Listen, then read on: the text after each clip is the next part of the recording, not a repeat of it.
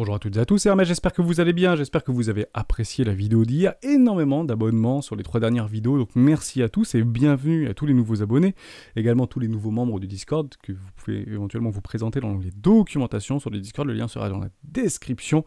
Merci aussi pour tous vos commentaires, avec bienveillance, toujours des critiques positives qui permettent d'argumenter, qui permettent de nous faire avancer. Merci infiniment pour tout ça, je réponds le plus souvent à vos commentaires si je ne le fais pas partie du principe que je les lis dans leur intégralité depuis mon petite application mobile. Donc merci beaucoup à ça.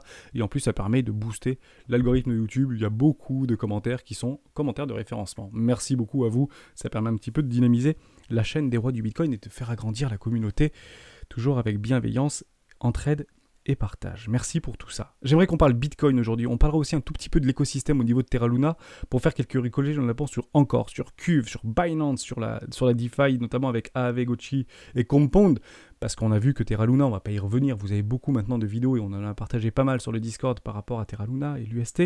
Malheureusement, hein, c'est des choses qui peuvent arriver. Je suis plutôt content de voir la résilience au niveau du Bitcoin, malgré les 1,5 milliard de dollars de ventes sur le market qu'il a pris dans la tronche, qui lui a fait casser les prix en l'eau. Je trouve qu'il y a une forme de résilience sur Bitcoin. Néanmoins, nous sommes dans une dynamique baissière. La technique surpassera et sera toujours en avance par rapport au fondamental, malgré que potentiellement un fondamental de Bitcoin nous enverrait dans la lune. La technique pourrait nous envoyer à très court terme un tout petit peu plus bas malgré ce manque de volume qu'il y a et qu'on observe. Et on passera un tout petit tour sur l'USDT-D et l'USDC-D par rapport à la dominance de ces stablecoins parce qu'on voit des choses extrêmement intéressantes, notamment sur des retracements Fibonacci qui fonctionnent de façon universelle, surtout et partout. On commence maintenant. On parle un peu Bitcoin avant de commencer. D'un point de vue technique, on est en train de travailler sur un triangle de compression, de contraction. Moi, je mets un petit triangle rectangle parce que j'aime bien le prendre comme ça. Vous pouvez le prendre différemment. Hein. Si vous voulez le prendre comme ça, ce petit triangle, il n'y a aucun problème. Pour vous, il a été résolu par le bas. Il y a un espèce de breakout, un faux breakout. J'aime pas trop ces triangles-là. Je prends l'autre, mais c'est à peu près la même chose. Néanmoins, quel que soit le triangle que vous choisissez, lorsqu'on voit en fait en 4 heures, le plus probable, qu'est-ce que c'est d'avoir une continuation baissière. Dès lors, vous avez un trade à prendre potentiellement. Ce trade, il serait pris exactement sur la neckline, juste là, de notre ligne de tendance, aux alentours des 30 500 $, 31 000, en dessous des 31 000 $, éventuellement sous un prix-pont, avec un tout petit risque management. Donc ce serait éventuellement entre 5 et 10%. 10% pour ceux qui sont, entre guillemets, les plus safe, j'ai envie de dire pas forcément les plus safe, parce que c'est toujours très dangereux de faire des leviers, etc. Mais pour ceux qui n'ont pas couvert leur capital d'investissement, vous avez peut-être une jolie entrée juste ici aux 30 000 $, parce que le plus probable, malheureusement, c'est de se retrouver un petit peu plus bas que les 26 000 $, jusqu'à preuve du contraire, dans cette dynamique baissière. Donc vous avez potentiellement une possibilité de rentrer. Je vous en parle de celui-là. Pourquoi ? Parce que j'adorais les prendre. Hein, vous avez en fait plusieurs highs juste ici. 1, 2, potentiellement 3, sauf si vous l'avez ici, avec une continuation en AB égale CD qui est parfaitement potentiel. Juste là, s'il vient à se clôturer, je vous dirai pourquoi je vous en parle également, en AB égale, pardon, c'est pas du tout ça que je voulais faire, je voulais prendre juste ma triangle, AB égale CD, qui serait en fait, qui nous enverrait potentiellement sur les 20 000 $, 19 000 $. Intéressant. Je rappelle que dans ces targets de AB égale CD, les Fibonacci fonctionnent extrêmement bien. Je prendrai mon Fibonacci pour un take profit aux alentours des 0,618. Donc juste ici, aux 24 255 $. Vous pouvez bien évidemment prendre des TP partiels, etc. dans la descente. 0,618. Là, vous le voyez 382, mais il faut juste le retourner. 618 ici. Je les utilisais, moi, de mon côté, comme ça, sur des ratios de 1 pour 1, 2,5 pour 1, 3 pour 1, 3 pour 1, etc. Ça fonctionne plutôt pas mal. Il y a un bon risque management. La dynamique et la tendance est baissière et vous avez clôturé un M-top en daily, juste ici. Vous le voyez, c'est extrêmement simple. Vous avez en fait un M-top juste là en daily qui a complètement été confirmé. Vous avez le rebond, potentiellement aller chercher cette ligne de tendance baissière. Un short de couverture qui serait potentiellement intéressant pour, entre guillemets, protéger votre capital d'investissement. Je ne prends jamais d'ordre sur les perpétuels ou sur les contrats futurs pour gagner de l'argent. Moi, j'achète que sur le spot et je gagne sur le spot. Je suis quelqu'un d'investisseur. Par contre, je couvre régulièrement mon capital. Donc, je prends généralement des shorts de couverture. J'en ai déjà pris un, donc qui est toujours en fonctionnement actuellement. Le funding est redevenu positif. Donc, techniquement, au niveau des taux de financement, vous ne payerez pas grand-chose à protéger votre capital d'investissement. Et si vous perdez, en réalité, vous ne perdez pas. Parce que si on vient vous prendre votre stop, en réalité, vous allez combler par arbitrage l'augmentation et la surperformance potentielle de vos certaines cryptoactifs qui ont bien dérouillé pour surperformer le Bitcoin pour gagner de l'argent, un tout petit rendement. Donc, on gagne moins, évidemment, mais le plus probable et le plus possible dans cette configuration de marché, qu'est-ce que c'est? C'est de résoudre par le bas ce type de triangle, quel que soit le triangle, dans une continuation de tendance baissière. Voilà pour ça. Et je dis aussi que ça peut être très intéressant, parce qu'à aucun moment dans toute cette descente, on est revenu en fait mettre en doute les vendeurs à découvert. Ici, ici, ici, ici, ici, ici, ici, ici. On n'est jamais venu les chercher. Jamais. Dès lors, comme ça je vous le dis, s'il y a une tentative de short squeeze, le plus probable c'est qu'on aille très haut. Eh ouais, parce qu'on va pas s'arrêter en si bon chemin. Mais je veux voir de l'achat sur le spot et des volumes acheteurs. Sur le spot, pas sur les contrats futurs. Je veux pas voir, moi, des ratios long-short complètement se décorrélés avec des longs qui sont en train de péter les plafonds comme on est en train d'observer, notamment sur Kingfisher. Donc oui, vous avez des petits, entre guillemets, des petits clusters de liquidation, donc 30 800 $, 31 000 $, là où vous pouvez éventuellement positionner votre entrée, vous attrapez la liquidité des vendeurs à découvert pour reprendre des ventes à découvert derrière, mais vous avez un paquet de personnes qui ont long ce marché. On parle de 5000 bitcoins leveragés sur plusieurs positions, 24 000 $, 26 000 $ et 21 000 $. C'est 5000 bitcoins qui sont potentiellement leveragés, bien plus, bien évidemment. Il y a beaucoup de personnes qui pensent qu'on est en train de trouver le bottom. Je ne pense pas. Pourquoi? Je ne pense pas. Je sais que non, puisqu'à aucun moment nous avons des structures de retournement. Les bottoms se posent dans des structures, et notamment en W weekly. C'est comme ça que je les visualise. Vous avez peut-être d'autres appréciations et d'autres confirmations que les miennes, évidemment, mais au minimum, vous attendrez potentiellement des bougies de ravalement, et notamment en weekly. Et jusqu'à preuve du contraire, cette bougie de ravalement, elle serait au minimum aux 34 300 $. Les investisseurs, pour pouvoir retrouver en fait un Bitcoin dit haussier de façon plutôt probabilité certaine, forte probabilité hausse, c'est d'aller au minimum clôturer au-dessus des 50 000 $. Hein, c'est comme ça, c'est la vérité. C'est en fait, on retrouverait des acheteurs potentiellement ici pour tuer des vendeurs à découvert qui viendraient recharger leur short ici. Mais il faudrait des jolies bougies vertes, hein, pour le coup. Hein. Et Ishimoku Koyo, les vagues d'idiotes pourront potentiellement repartir dans le positif pour dire ok, on s'est trompé, on n'ira pas plus bas et d'aller beaucoup plus haut. Mais ça n'empêche qu'on pourrait faire des énormes retracements pour aller chercher les zones de rechargement d'achat court terme logiques pour pouvoir structurer des magnifiques doublés en weekly, etc. Donc ça, c'est super important. Mais aujourd'hui, les instits et entre guillemets les traders expérimentés, pour retrouver des achats rationnels sur ce marché, devront attendre des vraies structures et des vraies confirmations, et notamment sur Ishimoku Kinkuyo en weekly, c'est extrêmement haut, on peut le regarder ensemble, mais ça part loin l'histoire. Hein. Il faudra vraiment être patient et attendre des belles confirmations, parce que Ishimoku Kinkuyo, pour l'instant, c'est dans la lune. Hein. C'est ici, voilà, 50 000 $, au-dessus du nuage, etc. Vous auriez potentiellement un passage juste ici, par rapport à notre SSB, vous avez en fait un switch du nuage. Quand vous le voyez rouge, l'avenir est rouge, hein, malheureusement. Donc jusqu'à preuve du contraire, on reste baissier. Vous avez un trou dans le volume profile juste ici, mais on serait passé au-dessous de notre Tenkan Kinjun, et notre Chikungunya Span potentiellement pourrait retraverser au niveau de notre nuage, etc. et de notre prix.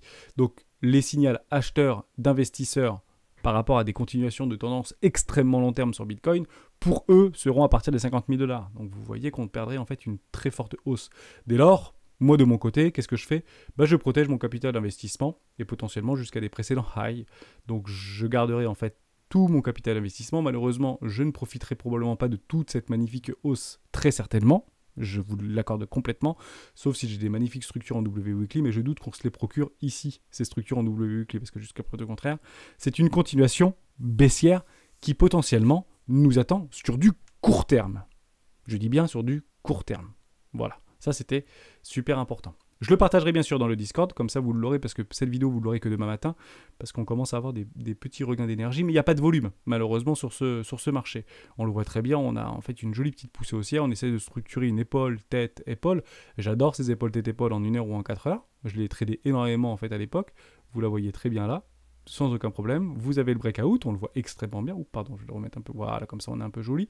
Et on va chercher en fait notre objectif par rapport à ce petit breakout. On l'aura exactement sur les 30 500 $. Comme c'est bizarre, exactement un cluster de liquidation, de vente logique. 30 800, 30 700 $. Magnifique! Donc potentiellement, ici ce serait une bonne entrée pour pouvoir en fait prendre un short de couverture sur votre capital d'investissement. On est en toute petite time frame, mais pour ceux qui l'ont oublié, partez du principe que le plus probable, qu'est-ce que c'est? C'est de faire un nouveau plus bas. Tant que quoi? Tant qu'on ne vient pas casser le premier arrêt. Le premier arrêt est relativement haut sur cette précédente structure. Je vous le donne en mine, on va repartir en 4 heures. On voit exactement la même chose sur nos indicateurs techniques, évidemment.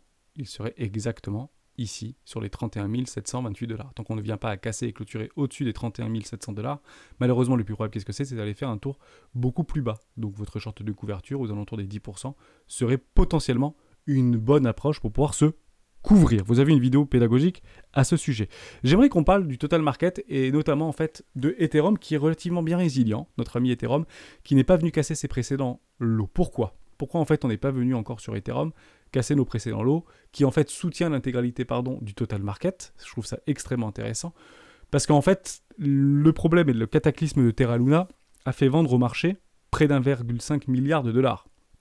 Donc vous imaginez bien que Bitcoin, malgré sa résilience et sa forte liquidité, le manque du supply sur les échangeurs et le manque d'ordre potentiellement positionné sur les échangeurs, malgré que c'était en pleine ouverture de Wall Street, etc., n'a pas, entre guillemets, résisté. Et beaucoup, en fait, ont potentiellement, et des market makers ont potentiellement appuyé très fort sur la tête pour envoyer Bitcoin un peu plus bas pour aller chercher des postes de liquidité complètement logiques. Formidable. Mais Ethereum n'a pas été, entre guillemets, soumis plus que ça à cette forte capitulation et a complètement conservé ses précédents lots, malgré que Ethereum soit bien évidemment dans une dynamique baissière en weekly. Il n'y a aucun problème avec ça. Mais on peut toujours s'attendre à une forme de rebond. Sauf si on veut chercher une forme de capitulation, comme on est parti la chercher notamment sur Bitcoin. Ça, c'était super important. Mais on peut partir du principe que Ethereum soutient le marché des cryptoactifs actuellement et on n'a pas vécu en fait ces fortes capitulations. C'est potentiellement juste de la cherche à liquidité, mais partir du principe qu'elle est ici, la liquidité sur Ethereum. Et si on veut aller chercher comme sur Bitcoin, eh ben les market makers savent exactement ce qu'ils ont à faire. Ça, c'était également important. J'aimerais qu'on vienne très rapidement sur l'USDTD au niveau de la dominance. Bon, on y revient, je vais passer en weekly, on le verra extrêmement bien. Les Fibonacci fonctionnent très bien également sur ce type de structure. Bon, je le partagerai également dans le Discord, puisque vous aurez la vidéo que demain, mais il n'y a aucun problème avec ça.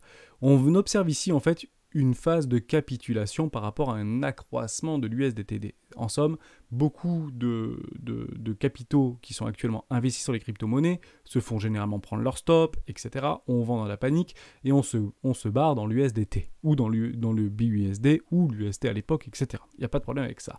On a des espèces de phases de capitulation, mais techniquement, si on prend ce canal ascendant, ici, cette ligne de tendance, ben on pourrait parfaitement, de façon rationnelle, encadrer des achats lorsque l'USDTD et la dominance de l'USDT est ici. Pourquoi ? Parce que ça veut dire qu'il y a beaucoup de cash qui potentiellement peut rentrer dans le marché crypto, et notamment sur Bitcoin. Lorsqu'on est ici, et on l'a vu une fois, deux fois, potentiellement une troisième fois, dans des ventes, on peut encadrer potentiellement des ventes. Partez du principe que si on se retrouve ici au niveau de la dominance de l'USD, on serait potentiellement entre 50 000 et 70 000 $ sur Bitcoin. Sans compter sur l'arrivée de nouveaux capitaux.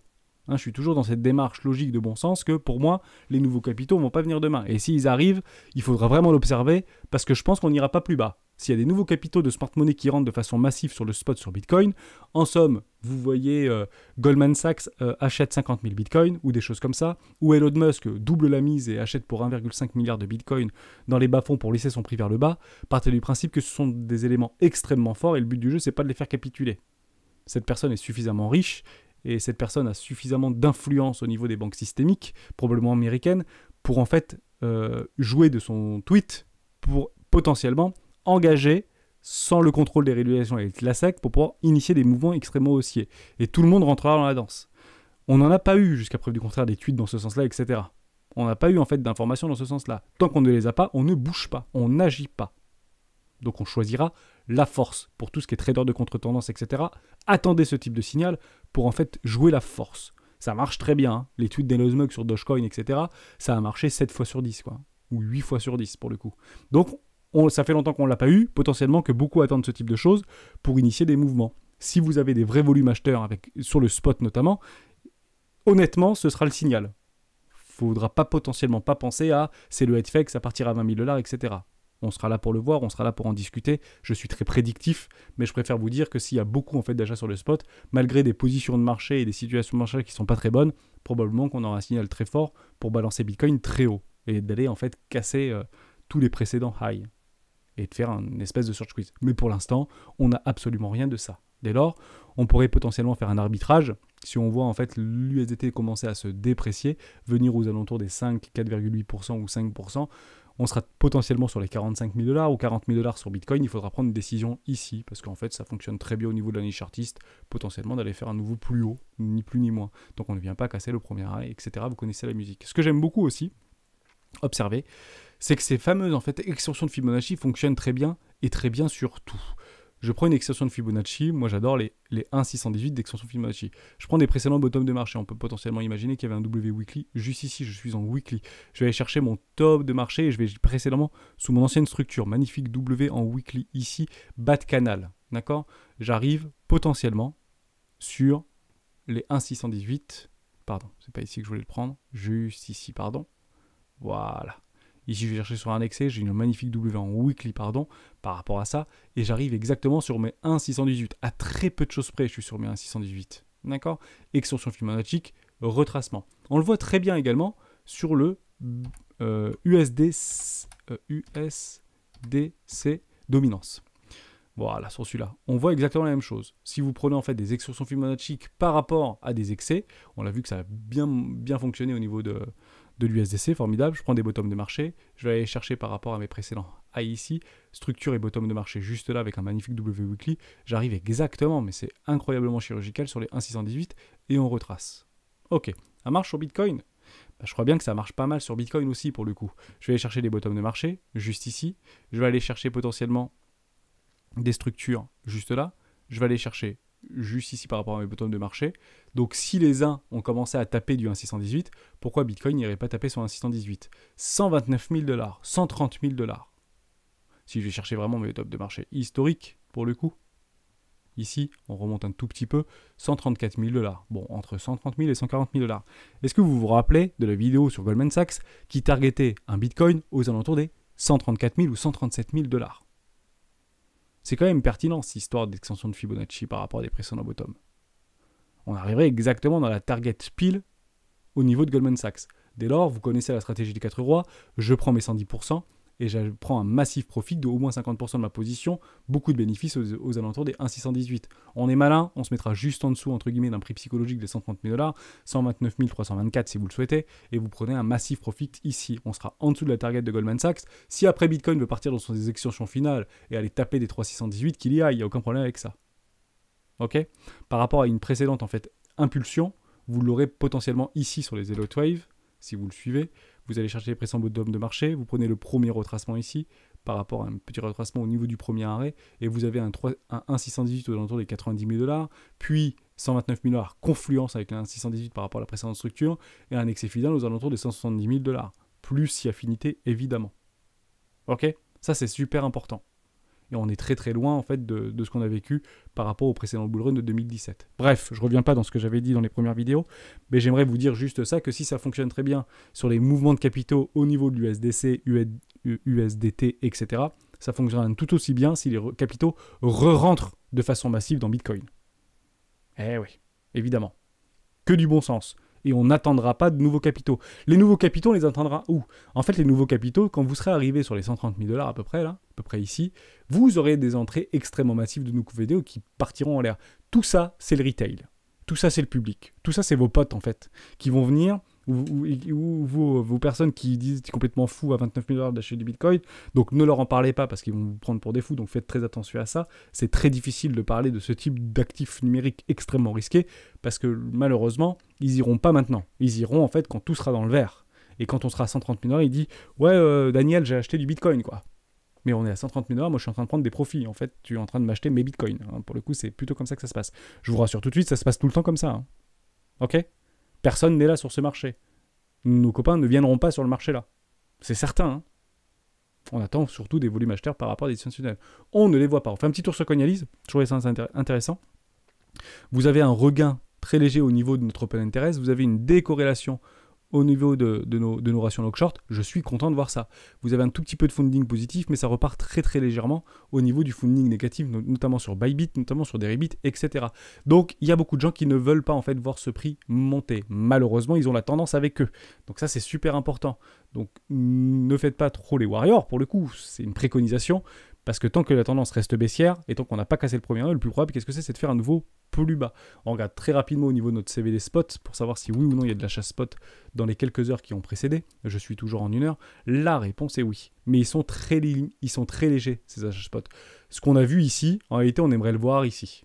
Et là, je dis, ok, il y a quelque chose qui se passe dans la dynamique interne, et notamment sur de l'achat sur du Bitcoin. Probablement des grosses baleines qui commencent à accumuler des Bitcoins de façon massive. Pour l'instant, on ne le voit pas. C'est quand même assez tranquille. On accumule tout doucement. Et on peut ranger comme ça pendant des semaines. Il n'y a aucun problème avec ça. Okay, on attendra bien sûr des confirmations et des structures. Mais partez du principe que à partir de maintenant, le probable, c'est de faire des nouveaux plus bas. On ne peut pas en fait aller contre ça. C'est très difficile en fait de certifier de la contre-tendance. C'est même quasiment impossible. Malgré que tout le funding est rouge, les spreads sont complètement négatifs, vous avez des réactions de l'offshore qui continuent entre guillemets à se resynchroniser, 60-40, etc. Ouais, il y a quand même beaucoup d'acheteurs encore sur le tard à aller chercher. Si la capitulation n'est pas finie, elle n'est pas finie. On aura quand même des indices pour dire que c'est relativement fini lorsqu'on aura en fait des jolis mouvements entre guillemets de structure de bottom. Et je vous avais fait une proposition dans la vidéo de lundi, me semble-t-il, ou de mardi, ou le timing parfait, pardon, c'était la vidéo de je ne sais plus quand, qu'on irait potentiellement aller chercher le premier arrêt de toute cette précédente structure, potentiellement aller chercher de l'achat liquidité et de faire en fait une forme de capitulation derrière parce qu'il y aura des news fondamentales, potentiellement de récession, d'augmentation des taux, vous savez comment ça se passe par rapport à toute l'économie entre guillemets macroéconomique mondiale. Bitcoin s'en prendra plein dans la tronche également. Ne pensez pas que Bitcoin va faire cavalier seul maintenant. Bitcoin fera cavalier seul en réalité très probablement dans des excès. En fait, je vous explique, on retrouve une dynamique haussière. Je vais garder tout ça parce que j'ai pas envie d'effacer. Je voudrais le partager dans le Discord. Je reviens ici. Bon, ça on a fait le petit travail hier. Je vous explique. On part du principe que le S&P 500 est actuellement en train de faire des structures de bottom. D'accord ? Donc S&P 500 ferait potentiellement ça. D'accord ? On restructurait des choses un petit peu aussi, un petit peu comme le 440 vis-à-vis du Nasdaq. Vous voyez que le 440 par rapport au Nasdaq n'a pas vécu en fait l'envolée du désert comme les valeurs technologiques. Et Bitcoin potentiellement ferait ça. Vous voyez ? Et ici on dira, ok, il y a en fait une anomalie de marché. Les crypto-monnaies partent. Sont préférées par la smart money, sont préférées par le public, sont préférées par qui vous voulez. Mais au moins, on aura en fait des valeurs technologiques qui seront en berne, potentiellement, qui ne reviendront pas sur leur ATH, mais Bitcoin partira. Et là, à ce moment-là, on dira, ok, il y a une forme de prise de conscience, cette décorrélation. On ne peut pas l'avoir ici, en fait, cette décorrélation. Ça n'existe pas. Vous ne verrez pas, entre guillemets, S&P faire ça, ou Nasdaq faire ça, et Bitcoin faire ça. Ça, c'est extrêmement peu probable. La décorrélation se fera dans un renouveau de tendance haussière. Ou potentiellement d'avoir des structures au niveau du S&P 500, de refaire des tout petits W weekly un petit peu jolis au niveau du Nasdaq, pourquoi pas, hein. Et là, vous aurez en fait une accélération au niveau des cryptoactifs. C'est comme ça qu'on la structurera, c'est ce que je pense. Après, ça peut être complètement différent ou toute autre chose, évidemment, hein, ou le regain des Nasdaq et la mort des crypto-monnaies, mais je suis moins dans cette partisan de ce type de psychologie-là ou de réflexion. Mais voilà, au moins vous avez exactement la couleur de ma vision vis-à-vis de ça. On finit juste cette vidéo. On a dit à peu près tout ce qu'on voulait. Je trouvais ça plutôt intéressant de vous en parler. On a le S&P 500 qui est un petit peu à la traîne. Je parle pendant les ouvertures Wall Street, ouais, c'est à la traîne. Hein. Vous voyez qu'on vient chercher cette bouillie de ravalement. Le S&P 500 est moins résilient, malgré que ce soit des indices. Hein. Pour le moment qu'on est en train de se faire découper un petit peu sur Apple encore ou sur Amazon, on va aller faire un tout petit tour rapide à l'ouverture de Wall Street. Ouais, on vient casser les pressés dans l'eau. Bon, ça continue un petit peu à... Voilà, c'est pas joli, quoi. Hein. Vous avez des magnifiques structures. Si vous êtes dedans, on s'attend à un rebond, mais derrière, c'est difficile. Hein. Ok, faites très attention si vous êtes beaucoup exposé, notamment dans Apple, etc. Bon, on fait juste un tout petit tour sur 3-4 cryptos de l'écosystème Terra Luna, ou en tout cas qui était en relation très forte et de similitude avec Terra Luna. Terra Luna, c'était pas petit. Terra Luna, c'était quand même un grand champ des possibles. Des connexions, des parachains avec beaucoup en fait de projets, etc. Notamment Core, notamment Mirror, notamment Onshore, notamment Orion, etc. Binance, BNB, BUSD, USDC, etc. Tout ce petit monde-là en fait était interconnecté et c'est le but du jeu, hein, c'est de pouvoir en fait faire de la parachain, d'essayer de connecter, d'être cross-chain, d'être tout ce que vous voulez, ça marche sur tout et en même temps. Le leader un petit peu mondial de ce truc-là, c'est Ethereum jusqu'à preuve du contraire, qui arrive à connecter à peu près tout le monde. Vous avez des oracles comme Link, comme Atom Cosmos, qui essaie aussi de chercher en fait à corréler tout ça et à faire de la parachain, Polkadot également. Bon, tout le monde essayait plus ou moins de trouver sa place là-dedans, mais il y avait quand même sur l'écosystème Terra Luna, Onshore et Mirror qui étaient relativement corrélés de façon assez forte. On avait et Phantom également, me semble-t-il, je sais plus, je dis peut-être une bêtise. mais Anchor et Mirror. Et je voulais qu'on les regarde, en fait, ces deux crypto-monnaies-là, pour savoir comment elles ont résisté, entre guillemets, à ce qui s'est tout simplement passé. On va commencer par Mir. Je vous en parle parce que je suis dans Mir, pour le coup. Donc c'était un peu compliqué pour moi. Donc on est un petit peu dévissé. Je crois que c'est bien ça. Non, c'est pas ça, pardon. J'ai peut-être une bêtise. Mirror. Il est où mon... Oui, c'est ça, c'est Mirror. J'ai peut-être une bêtise, je vais la trouver sur... pas sur Twitter, sur CoinMarketCap. Il y a Curve aussi, on parlera de Curve juste après. Parce que Curve aussi avait, sur son décentralisé... Oui, c'est ça, Mirror Protocol. Voilà. Oui, ça devait être ça pour le coup. J'étais bien dans le truc. Yes, c'est bien ça. Bon, j'avais pris en fait des magnifiques W-Weekly et W-Weekly. On était en train de poser des bottoms, notamment sur un canal descendant, avec potentiellement une retournement de tendance. J'ai pris un investissement 1 ici, je me suis fait découper la tronche. D'accord. Mais dans une tendance baissière. On avait bien vu que c'était comme ça, c'était parti en l'air, et derrière ça continue à baisser. Mais on ne vient pas, oui, c'est pour ça que je voulais aller sur CoinMarketCap, est-ce qu'on vient casser oui ou non les précédents lots historiques? Regardez ça, hein, c'est oui. Ah. Donc à ce moment-là, malheureusement, un petit peu comme Terra Luna, un petit peu comme Luna, bah moi je l'oublie cette crypto. Voilà, je n'investirai pas un investissement dedans, je ne ferai pas un investissement de 3 dedans, même s'il y a des W-Weekly, etc. Pourquoi? Parce qu'on a cassé la confiance et on a cassé en réalité l'historique même de la crypto actif, malgré qu'elle soit là depuis 1 an et demi à peu près, il n'y a aucun problème avec ça. Hein. C'était octobre, novembre 2020 à peu près, on avait suivi un petit peu le bull run, ça avait fait x10, il n'y avait pas de souci, mais malheureusement j'attendrai très très longtemps des bonnes news et du bon fondamental sur Mirror Protocol pour pouvoir éventuellement relisser mon prix vers le bas. Mais comme ça casse les précédents lots, malheureusement la dynamique est complètement baissière et je vous le dis franchement, ça peut continuer à baisser pendant très très longtemps malheureusement. Il y a beaucoup de personnes et beaucoup de membres du Discord qui m'envoyaient des demandes. Par exemple, qu'est-ce que tu penses de je sais plus quel crypto actif? Je dis bah on en avait parlé il y a 3 mois. Et malheureusement derrière ça revient. D'ailleurs, si vous voulez qu'on reprenne quelques crypto actifs ensemble, vous avez ici toutes les vidéos qui avaient été réalisées par Komakino, par Floppy, par Texmex également, qui avaient aussi participé à ça. C'est tout le référencement, vous l'avez dans la documentation des rois du Bitcoin, toutes les crypto actifs qu'on utilise et qu'on aborde. Vous faites un contrôle F, on parle de Mir. On peut y aller. Mir, on en a déjà parlé, par exemple, c'était le 31 mars 2022, pardon, et on avait également parlé le 13 décembre 2021. Bah, reprenez, par exemple, Flux aussi, on en avait parlé le 13 décembre. Reprenez ce petit truc-là, reprenez la vidéo, le top des crypto-démons qui vont exploser en 2022. On peut en parler ensemble, et vous verrez un petit peu ce qui se passe, et c'est intéressant de faire des petits flashbacks en arrière pour savoir est-ce qu'on a eu raison, on a eu tort. Bien évidemment, le futur et le graphique nous le dit. Oui, on a eu tort, mais personne ne pensait que Terra Luna en serait là aujourd'hui. Vous comprenez bien l'idée. Mais on avait des belles bougies de réjection, il y avait de la belle accumulation. Moi, quand je vois ça, j'adore ça, mais malheureusement, ça marche pas à tous les coups. Et évidemment, ça ne marche malheureusement pas à tous les coups. Vous prenez le pullback, c'était parfait. Le plus probable, c'était quoi? C'est d'aller faire un nouveau plus haut, d'aller chercher mon exit 50, bien gourmand d'ailleurs. Derrière, je me fais lessiver. Personne ne met all-in là-dessus, évidemment. On continue par exemple avec encore ANC, me semble-t-il. Je crois que c'est ça. Encore pareil, ça part dans la... malheureusement, donc c'est difficile, c'est pour ça, hein, renseignez-vous bien sur... des fois on a plein de cryptoactifs qui sont à peu près dans les mêmes dispositions. Oui, mais peut-être qu'elles sont dans les mêmes positions parce qu'elles font partie, entre guillemets, du même écosystème. Vous voyez ce que je veux dire? Si vous prenez Terra Luna, si Terra Luna commence un petit peu à vaciller ou des choses comme ça, bah vous avez toutes les cryptoactifs qui ont du mal à commencer. Et tout commence plus ou moins d'un coup parce que ça fait partie de l'écosystème extrêmement proche. Voilà, c'est très important, bien évidemment, de regarder aussi dans ce type de fondamental. ANC, au niveau de Anchor Protocol, ça a bien perdu, c'est moins de 100 millions de market cap maintenant. Bon, c'était pas un très très gros capital, mais c'est grosse market cap, pardon, mais ça a complètement dévissé, ça a perdu 80% de sa valorisation, ça a cassé complètement les précédents en lot. Bah, malheureusement, on passe la main, quoi, sur la blockchain Terra Luna, évidemment, mais entre guillemets, tous les projets de Terra vont probablement dévisser. Donc je ne dis pas qu'il faut vendre dans la capitulation, etc. Parce qu'on y croit potentiellement encore. Peut-être qu'il y aura un hard fork, peut-être qu'il y aura un nouveau protocole. Mais voilà, faites très attention à ça et renseignez-vous bien sur les fondamentaux. Parce que malheureusement, il y a des dommages collatéraux. Un peu comme Curve, mais Curve a bien résisté. Et ça, j'ai trouvé ça intéressant par rapport à l'échangeur décentralisé de Curve. Sur la DeFi, ça n'a pas encore cassé... Alors, ça a cassé potentiellement les précédents. On va regarder quand même sur le... J'ai pas envie de dire de bêtises. Curve. CRV sur FTX. Non, mais j'ai pas envie d'aller sur les perpétuels. CRV, USD, Binance potentiellement, je crois que j'en ai peut-être un. Est-ce qu'on a cassé les précédents lots? Ouais, on a méché en dessous, donc pour moi c'est baissier. Bon, tant pis.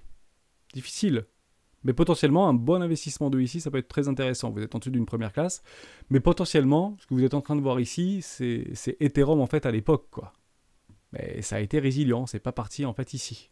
Donc j'ai bien aimé en fait la résistance de Curve, DAO, par rapport à tout son protocole et par rapport à tout son projet, tout son fondamental derrière. Malgré que ce soit complètement baissier, etc., et qu'on est en train de magnifiques structures. Mais par exemple, si on me pose la question, est-ce que tu préfères aller dans Mir que Curve? Bah en fait, je dirais, si je vois un W weekly sur Curve, je vais dans Curve, je vais dans CRV, c'est une certitude absolue. Pourquoi? Parce qu'on part du principe que la valeur arrive à se déplacer. Ça a été une capitulation, mais la valeur se déplace totalement sur Curve, sur CRV. Donc potentiellement un très bon point d'entrée. Au même titre que sur Bitcoin actuellement, c'est potentiellement un très bon point d'entrée. Mais maintenant, il faudra vraiment attendre des structures. C'est une certitude absolue, totale. On peut continuer avec Aavegotchi par exemple, ou avec Kompong, qui était plus ou moins lié à son écosystème, qui n'a pas trop, entre guillemets, mangé. J'y suis dans Aavegotchi. Derrière, on va chercher un nouveau plus bas. Non, j'ai pas repris. J'ai pas repris mon TP2. J'attendrai bien sûr une nouvelle structure en W-Weekly. On était complètement dans une dynamique baissière, mais on ne l'apprend pas. Ça fait longtemps qu'on est dans une dynamique baissière. On a essayé de trouver le W-Weekly dans une remontée tendance dans une première classe. C'est un très bon investissement ici. Je vous le cache pas que moi, je suis très content d'acheter du Aavegotchi à 150 $, malgré qu'on l'avait trouvé potentiellement à 2 $ ou 1 $ précédemment. C'est comme si on disait que Bitcoin, on peut peut-être en racheter à 10 ou 12 $. On nous garantit que si Bitcoin tombe à 10-12 $, plus personne ne voudra en acheter, quoi. Vous voyez ce que je veux dire? En tout cas, la grande majorité ne voudra plus en acheter. C'est qu'il y a eu un vrai problème dans le protocole. Vraiment, hein. Donc ça servira strictement à rien. On aura perdu et puis on passera à autre chose. Et on passera la récession dans la douleur et dans la capitulation. Et puis on se repositionnera sur des valeurs tech parce que, bon, j'en doute, évidemment. Hein, mais pour le coup, j'attendrai vraiment ce type de choses pour pouvoir mettre un joli investissement d'eux, notamment avec Gucci. Que malgré en fait des formes de capitulation, on essaie de proposer des choses, etc. Mais les vendeurs qui vendent, hein, toujours dans les zones de rechargement de vente logique, j'ai pas envie de tout effacer. Je vais juste passer en arrière et on finira la vidéo là-dessus. Comme ça, elle ne durera pas trop longtemps. AAV, on le voit bien, hein, ces dynamiques baissières sur... Non, c'est pas ça que je voulais faire. Au Coinbase. Voilà, bon, pas parfait. Vous allez chercher en fait des lows et des highs en haut. Vous arrivez dans une zone potentielle de rechargement de vente logique. Je vais juste le changer ici. Voilà. Derrière, je ne sais pas si ces mèches sont bonnes. Potentiellement qu'on est venu sur les 673 sur Aavegotchi. Bon, je vais pas les prendre parce que peut-être qu'elles sont pas bonnes sur Coinbase. Logiquement, elles sont bonnes. On vient pile chercher une zone de rechargement de vente logique. Et puis derrière, on rebaisse, entre guillemets, notre ligne de Fibonacci. On peut aller le chercher là, beaucoup plus bas. On vient chercher juste ici, pardon.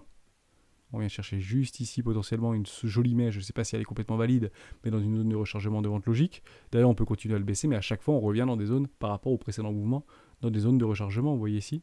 Hop, on revient pile dans les 0,618, on continue juste ici, tac, on vient pile dans les 0,618, on continue ici. Bon, vous comprenez bien que c'est clairement une tendance baissière. Si on prend Tezos, qui est plus résiliente, malgré qu'elle ait cassé ses précédents lots. Je suis un peu déçu aussi, bien évidemment.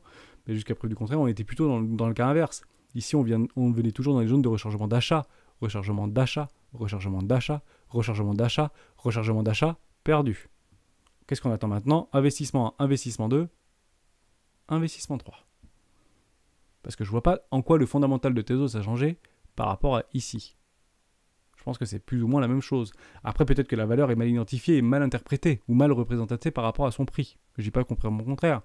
Mais je me dis que du Tezos à 1,75$, alors que potentiellement on l'avait déjà acheté aux alentours des 9 $, et pas qu'une fois, hein, par rapport au précédent bull run, je pense que c'est un excellent prix. Par contre, on attendra des structures de marché. Voilà, je voulais à peu près vous parler de ça. Je me dis qu'aujourd'hui, toute la guerre, entre guillemets, se passe actuellement dans la dominance au niveau des stablecoins. Je pense qu'il y a beaucoup d'argent qui tenterait de sortir des stablecoins pour aller notamment dans le Bitcoin. On arrive proche de ma target, je vais vite le partager dans le Discord. Comme ça, pour ceux qui veulent potentiellement le voir et le découvrir, ça peut être intéressant. Mais ça reste baissier. Voilà, ça reste baissier. Merci à toutes et à tous d'avoir suivi cette vidéo jusqu'au bout. On se retrouve demain dans une vidéo des rois du Bitcoin, à 12h30, pardon, à 12h30 pour le live, que dis-je. Bon, on sera vendredi à 12h30 pour le live, pour ceux qui sont là, n'hésitez pas, à tout à l'heure, ciao.